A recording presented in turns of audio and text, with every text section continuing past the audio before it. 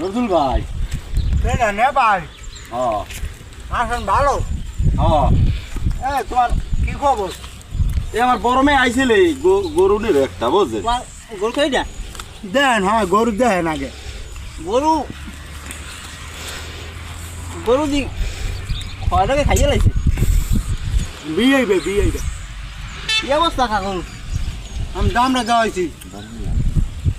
গরু দিয়ে গরু তো আর দেশ দেওয়া যাবে না, দেওয়া যাবে গরু। আর বাবা দেখতে নিল আরে নে ভাই, কথা নে ভাই সমস্যা নাই, ছাও হারাই দেবেন।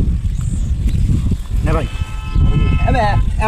গরু দিয়ে খাইয়ে লাইছে কারে গরু তো গায়ে নাই কিছু তিন মিনিটে গেছে বাইরে গরু কি নামাইছে লাগবো হ্যাঁ গরু না আসলে তাই। আর পিছনে দেখলি বলুন গায়ে হ্যাঁ গরু তো দেখলাম, গরু আমার খাটে না, এবার তো একটা দাম কওয়া লাগে। হ্যাঁ এখন যদি গরু নেন, গরুর দাম পড়বে 52,000। কি আমি এটা শুদ্ধ কইছি? না তোমরা একটা কর দাম।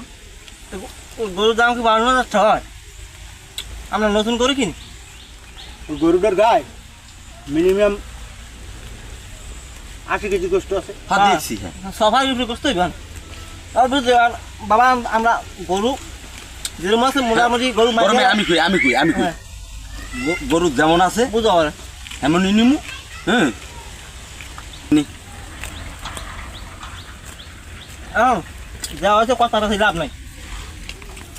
গরু 52,000 দাম হয়েছে রয়, আর ছাগল আর গরু সমান। এখন গরু বাবা দাম আছে 3,000 টাকা।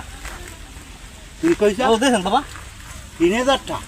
হয় না বাবা 3,000 টাকা বেশি হয় না। না গরু বাবা, না গরুর এই আমরা গরু কিনি আর কিনে দেওয়া। আমরা গরু আর কিনি আমার বাবা গরু বেচবো না। গরু মায়ের গ্যাস থেকে গেছে শেষ হইয়া 3 ভাই গিয়ে গেছে।